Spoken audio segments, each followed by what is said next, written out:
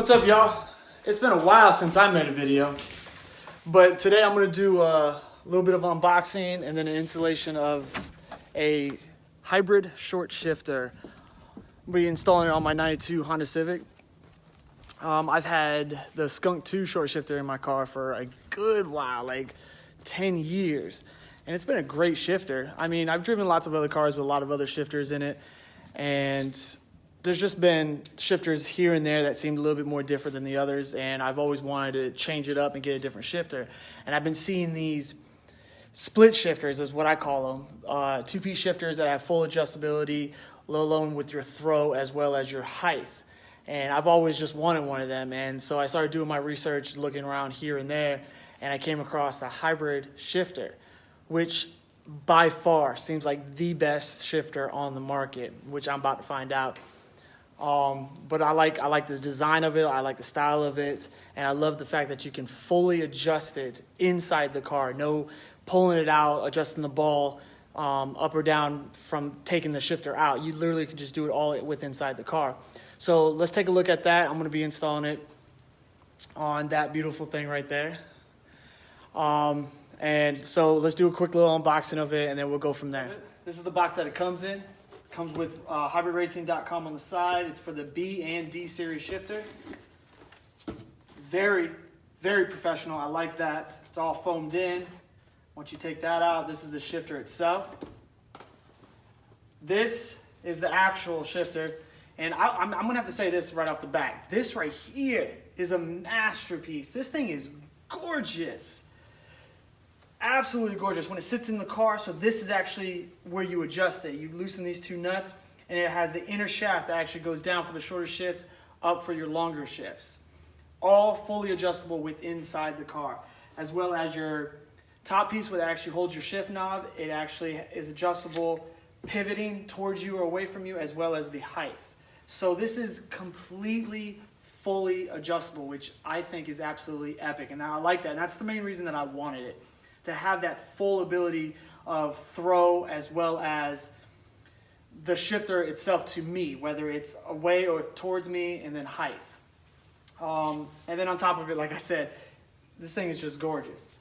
So those two pieces are in the box, as well as the hardware that you need. It comes with several different pieces, and if I'm not mistaken, my shift linkage is the one that holds the spacer, so I'm going to need that spacer. We'll find that out once I get under it. As well as I'm also going to install a shifter plate as well that's in it. I've always had like this kind of like ghetto knockoff Type R boot. I don't even know where I got it from, to tell you the truth. And if I can get into this, I will show you.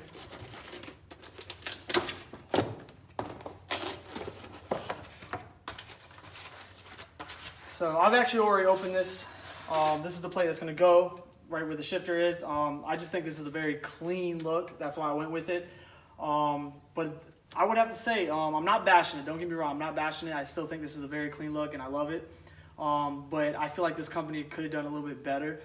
Right when I took it out of the box, I felt like there was something right here, and I went to go scratch it off a little bit, and it actually ended up scratching the metal. I actually have little scratch marks now on the metal. I would have expected this to be coated, some kind of clear coat or just any kind of protective to where it doesn't scratch so easily, as well as I had to actually install this ring, which was a pain in the ass, by the way. Ridiculous trying to install this, and then you have to cut it. Let's say I sucked and I didn't have it, I would have this huge gap. Luckily, it came out pretty good, but I just feel like that's something the company should do themselves, as well as the most important thing, your actual logo that's on it. This thing is scratching off, it's rubbing off. Like your product, your name on it, and your name literally just rubs off. So, I mean, this is kind of, I don't know, I feel like the production on this should have been a lot better. But regardless, it's still a sweet little plate. And I think it's still definitely going to look really good. That's why I got that. So I'm going to be installing that as well as this shifter. So let's go ahead, raise this car up, and let's get this short shifter in.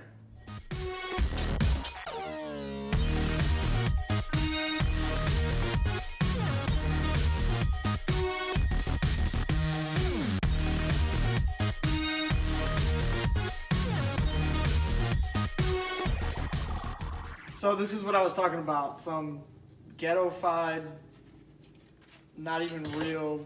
I don't even know where I got this from. This has literally been in the car probably since I've owned the car. This is like one of the first things that I switched out because I remember when I got it, the boot that was in there was like all ripped and torn and whatever. So let's get rid of that. All right. So now installing the actual plate. Nice, clean, simple look. I like that. That's done. All right. So let's get under the car and get that actual shift linkage out. So now that I got the shift linkage out, so first thing I want to do is I just want to make sure it's actually in good condition. All the joints, the bearings, the bushings, I mean, at the ends are all good. Mine's are all in good condition still. So this is the Skunk 2 shifter. So let's get this out now. Okay, so installing this new piece, there is 2 factory holes, and this has a 3-piece. Now you could use just the 2 bolts, but it's better to use all 3. I mean, why not? It's there. They say it's for racing applications. Am I going to do any extreme racing applications in this car to the fact of I absolutely need that 3rd bolt? Probably not, but it's there, so I'm going to put it in. So let me go ahead and put these 2 bolts in, and then I'm going to actually mark that spot, and I'm going to drill that 3rd one out. Okay, so there it goes. I have it installed. Now it's just time to actually put it back into the vehicle.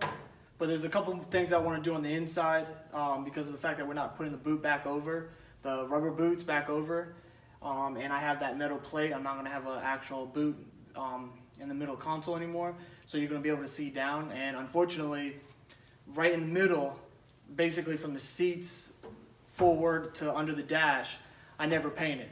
So it's still that teal color. So I'm going to go ahead and give it some flat black, give it a nice little shadow in there so you don't see that bright green. And then I'll be installing this right back into the car. So let me go ahead and go do that. And then installing the shift linkage back into the vehicle. Okay, I got everything installed now. It's actually the next day.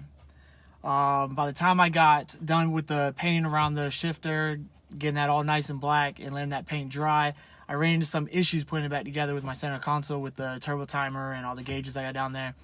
Finally got that together, and by this time it was dark at night and I don't have very good lighting in my garage, so really couldn't do any filming from there, but I wasn't going to stop, so I finished. I got it all installed now, so now it's time to actually take it for a drive. I didn't get to drive it last night, so let's go take it for a drive and see how it feels.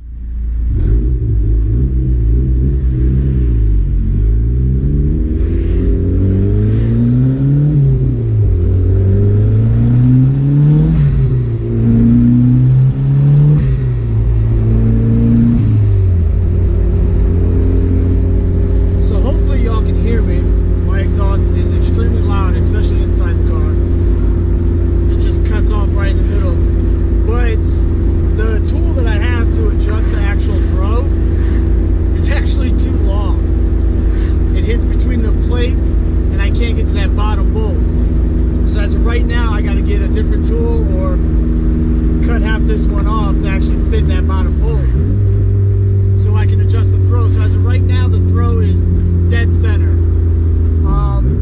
but it actually feels almost the same throw as that I had in my Skunk 2, so it still feels really good. The one thing right off the back that I love is how much higher this is, even though I got it almost all the way down, to tell you the truth.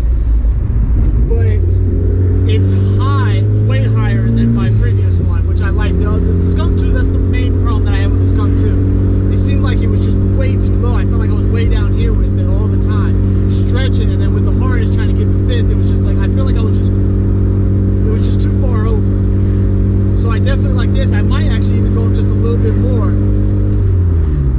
But it feels really good.